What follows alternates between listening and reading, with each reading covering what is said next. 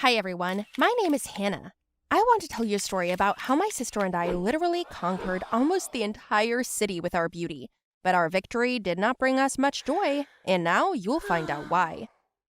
My sister's name is Mira, and we're the same age. She's a year older. Not long ago, we moved to a new state. Our mom was offered a better job, so we didn't think long about it. The memories in our old house were all we had left after Dad left.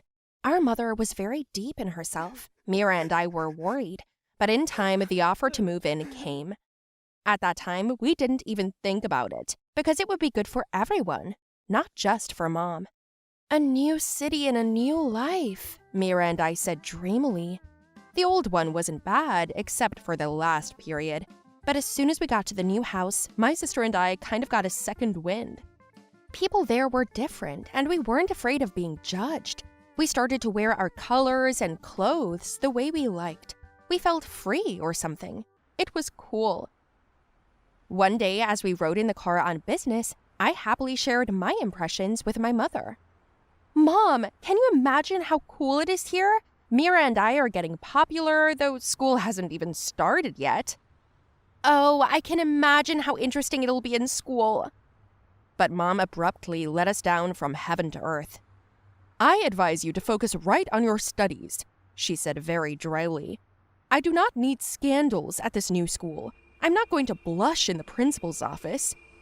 But we weren't going to do anything wrong. Don't you dare. And that was the end of the conversation. In general, Mom was talking less and less.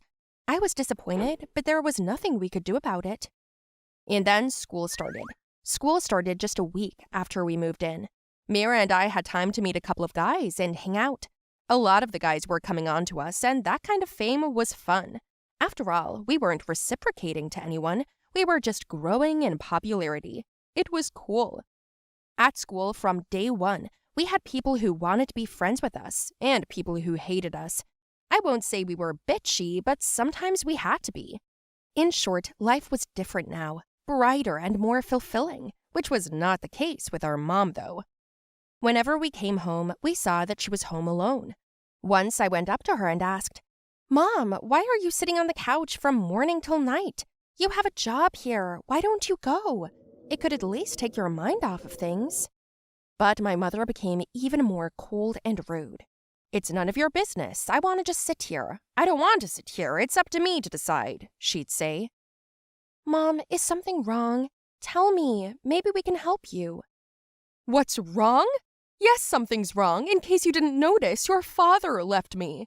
We remember, Mom, but it's been over 6 months. We thought you were relieved. I'm not. Leave me alone.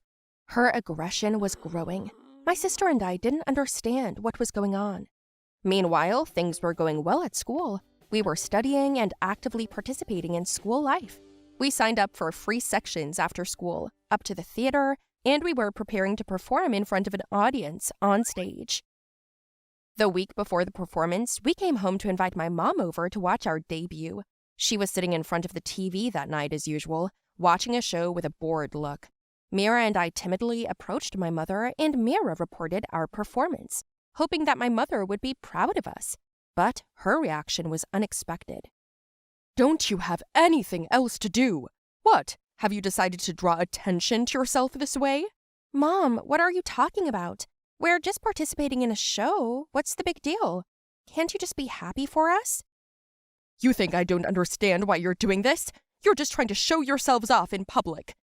Mom, you're not serious. We don't need to. We don't suffer from social attention deficit, which is more than we can say for you. What did you just say? Go back to your room, both of you, and don't come out for the rest of the day, understand? Mom was furious. Her words hit us hard. It was hurtful and painful to hear that. Mom got up from the couch and said she would think about coming or not. Mira and I then went to our room, and my sister asked me what was going on with Mom. I shrugged my shoulders, and we decided that she was just depressed, and it was better not to touch her yet. On the day of our performance, my sister and I busily packed at home, unable to find one dress or another, running around the house like crazy. Then my mom came over and said that she had decided to clean our dresses and that she would bring them to school herself. We were very excited because that meant she was coming to watch. Joyfully, we rushed to school, where we got our makeup done and rehearsed. I was very excited. My heart was pounding. But the dresses and my mom never came. The show started and we had no costumes. The teacher started cursing at us. Mira and I took turns calling her, but my mom wouldn't pick up. I was ready to cry on the spot when suddenly, our mom, she came in with the costumes. Mira quickly opened the bag and was shocked. Then I looked in and my hands started to shake. "Mom, what happened?" "Sorry, girls. I gave them to the dry cleaners and something went wrong. I'm sorry." I jumped at my mom screaming, and Mira barely calmed me down. We had to improvise on the spot, but even though it seemed like a total failure, it still went well. The audience just exploded with applause, and Mira and I were the best. Everyone clapped, except my mom. She just watched silently. My sister didn't notice, but I did.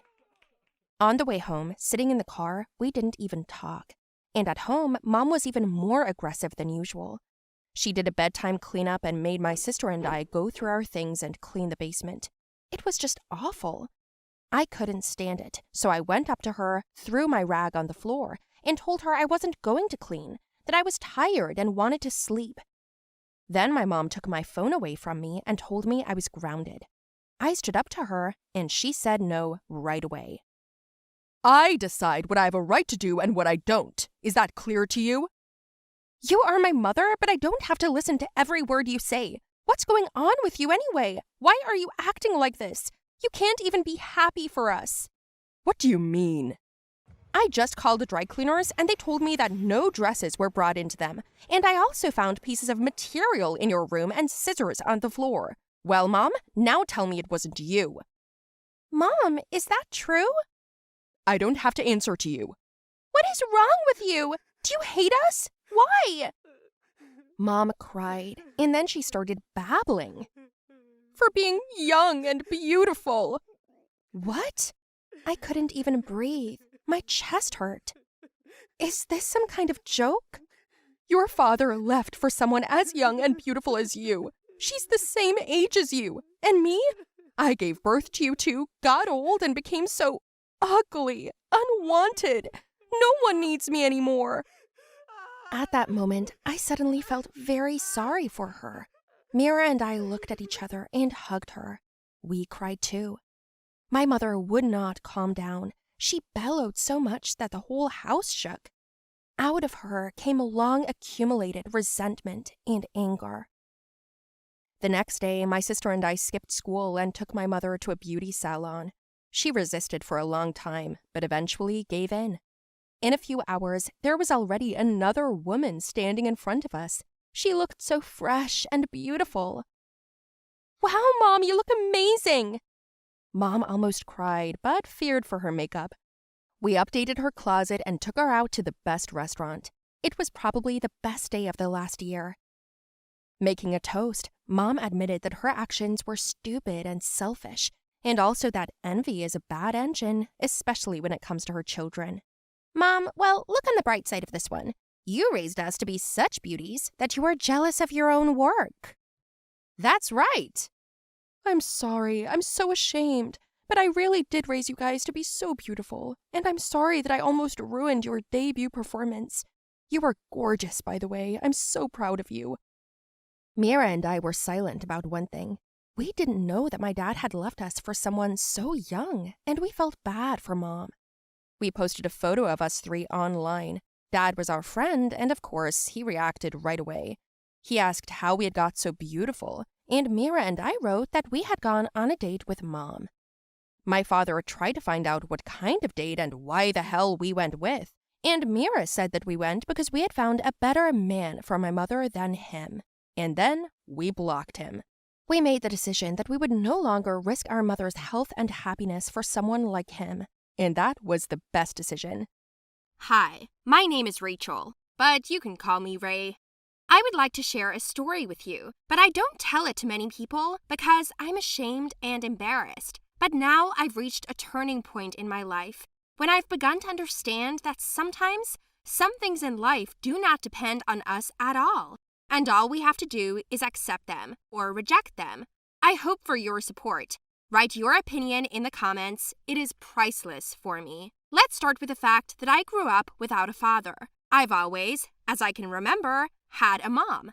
I didn't know any other relatives, and it was perfectly normal for me to live like this. My mother and I had each other, and we didn't need anyone else. As time went on, I grew up, and along with it, I had questions about who my father was. But at each such moment, my mother reacted the same way.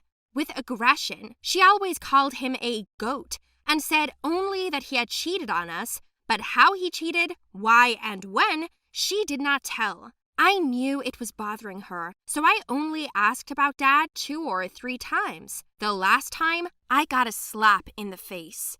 By the way, this was also the norm at home. My mother often punished me, and for various things.